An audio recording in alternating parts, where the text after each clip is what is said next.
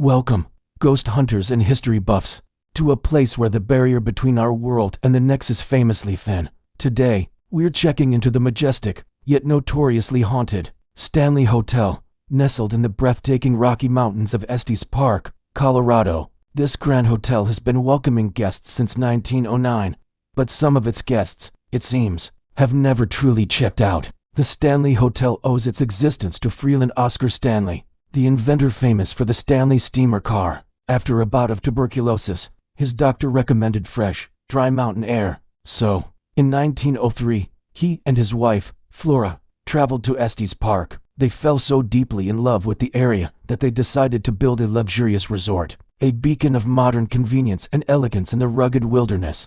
The hotel opened its doors, featuring electric lights, telephones, and ensuite bathrooms and herd of luxuries for the time. It quickly became a summer getaway for America's wealthy elitefo, and Flora Stanley were the heart and soul of the hotel, and their presence is still felt today, quite literally. Many guests and staff report seeing their ghostly apparitions. Fo is often spotted in the billiards room or the hotel lobby, overseeing his beloved establishment, while Flora's ethereal piano playing can sometimes be heard echoing from the concert hall. Late at night, it's as if they can't bear to leave the paradise they created.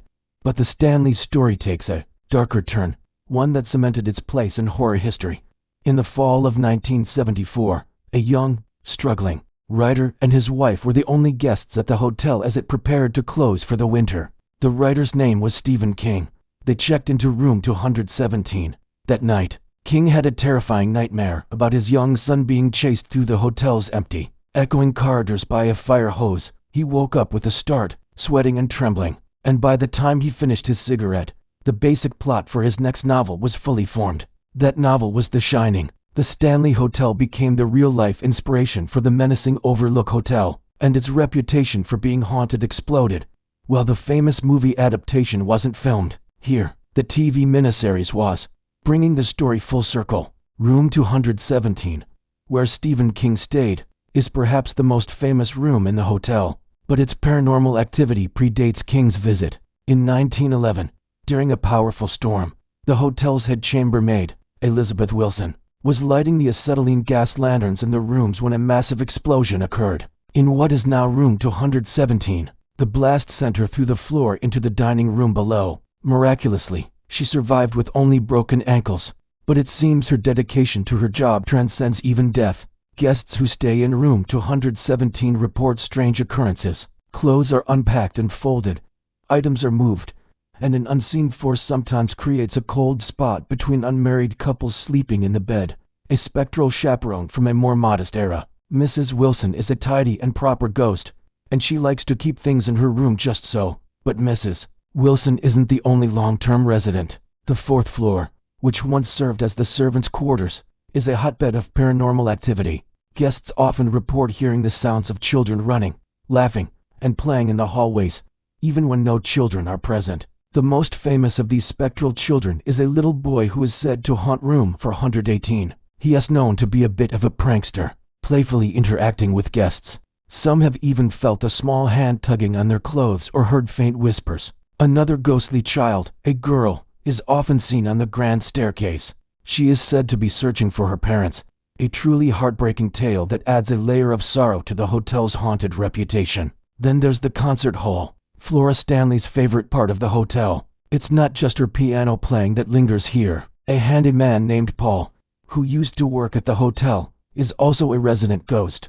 He was known for enforcing the 11 p.m. curfew back in the day. Now, tour groups and ghost hunters often hear a disembodied voice whispering "Get out after curfew." Some believe Paul is still on the job, trying to clear the hall for the night. Another spectral figure, known as Lucy, is also said to inhabit the concert hall. Her origins are a bit of a mystery, but she seems to interact with paranormal investigators, sometimes communicating through their ghost hunting equipment. The underground tunnel system beneath the hotel also has its own share of spooky stories. These tunnels were used by staff to move around the hotel discreetly. Today, they are a key part of the ghost tours. People report feeling watched, hearing strange noises, and even encountering the ghost of the hotel's former pastry chef, who is said to still linger, leaving the scent of freshly baked bread in his wake. Imagine walking through those dark, narrow passages, knowing you're not alone. The air grows cold, a shadow moves in the corner of your eye. It's an experience that sends shivers down the spine.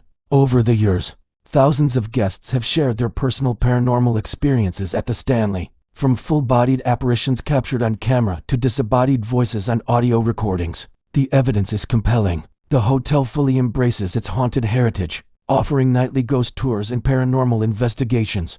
They even have a ghost adventure package for the truly brave. The Stanley's management doesn't shy away from its spooky side. They've even installed a TV channel that plays Stanley Kubrick as The Shining on a continuous loop in every guest room. It's a constant reminder of the chilling story that made this hotel an icon of horror. So what do you think? Is the Stanley Hotel a place where spirits of the past continue their earthly existence? Or is it all just a product of active imaginations, fueled by Stephen King's masterpiece? Whether you're a skeptic or a true believer, there's no denying the magnetic pull of this historic and haunted hotel. It's a place where history, horror, and the paranormal converge. The stories of F.O. and Flora Stanley, of Elizabeth Wilson in room 217, and the phantom children on the 4th floor have become part of the hotel's very fabric. They are as much a part of the Stanley as its stunning architecture and breathtaking views. Perhaps the only way to truly know the truth is to spend a night here yourself. Would you dare? Let me know in the comments below. Thanks for joining me on this journey into the haunted halls of the Stanley Hotel. If you enjoyed this video, don't forget to hit that like button, subscribe for more spooky adventures, and ring that notification bell so you never miss an upload. Until next time, stay curious and watch out for things that go bump in the night.